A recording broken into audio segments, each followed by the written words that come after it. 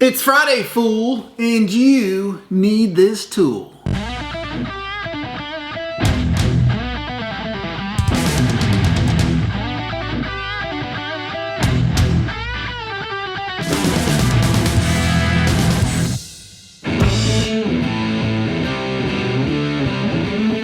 Welcome back to another glorious episode of It's Friday, fool.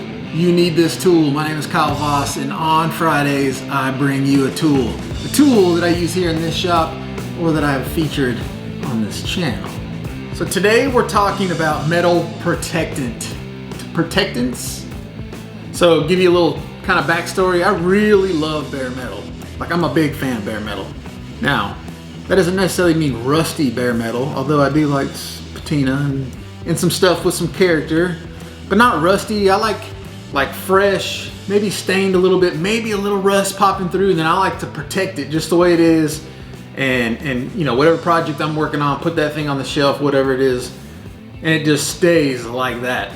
I have in the past told you guys about Sharkhide. I've actually talked a lot about Sharkhide on this channel. This stuff is amazing.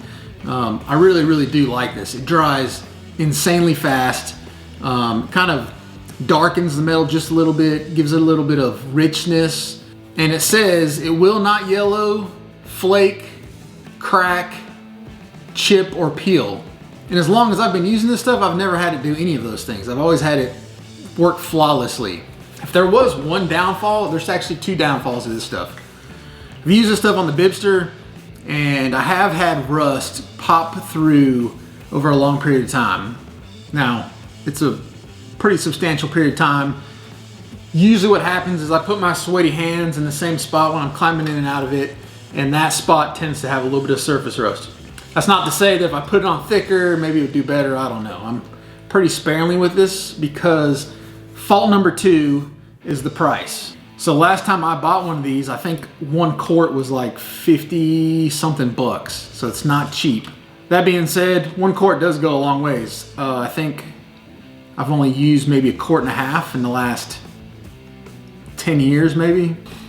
So I really do like Sharkhide. I'm a big proponent of this. I've talked about it on the channel. I actually talk about it all the time. But I think I found something that may be just as good for a lot less money. And that is this stuff here. So this stuff is called Penetrol. Flood, I think, is the brand name. The actual product is called Penetrol. Now you have to be careful when you buy this stuff because they make a bunch of different versions. Flood makes Penetrol and Molitrol and Dolitrol and all this stuff. Every one of them is for a different purpose. This particular stuff is made just for protecting. Actually, this stuff is not made to protect metal. Let me back up just a little bit. This stuff's actually made to mix with oil-based paints to reduce brush marks and roller marks. So I guess it maybe thins it a little bit. Maybe helps the paint penetrate too. Penetrol. That would make sense. It doesn't say that necessarily on here. So this is a oil-based paint additive, but I've actually used this just like it is on metal. I actually used it on the clock that I just built. If you've seen that video, the clock that I built for the shop, I use this stuff. Goes on great. You can just wipe it on. You don't see like marks. Even if you overlap sections, you don't see like a darker section. Penetrates super fast. And it dries to the touch relatively quick.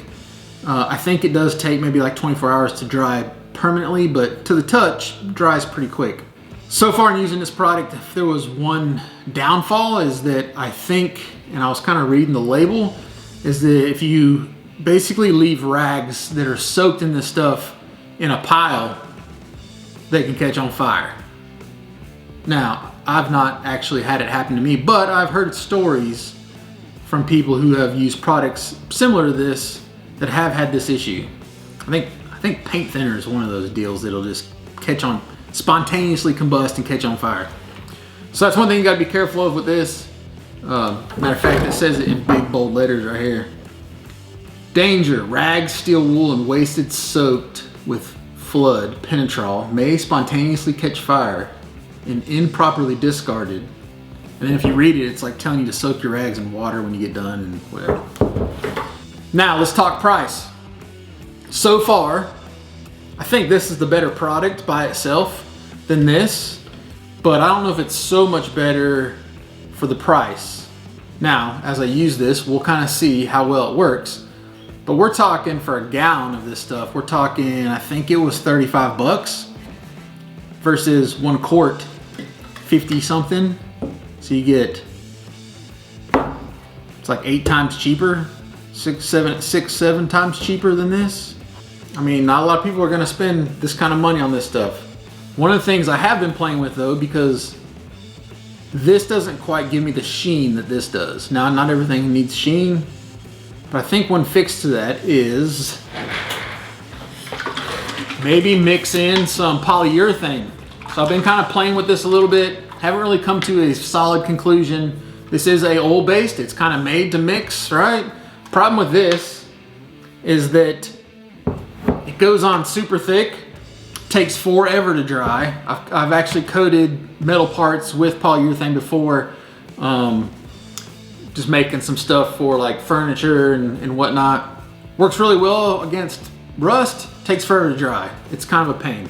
So what I'm hoping is these mixtures that I'm working with on these I can come up with a happy medium, something that dries fast, penetrates well, not too thick, doesn't sit on top of the part, but also dries fast.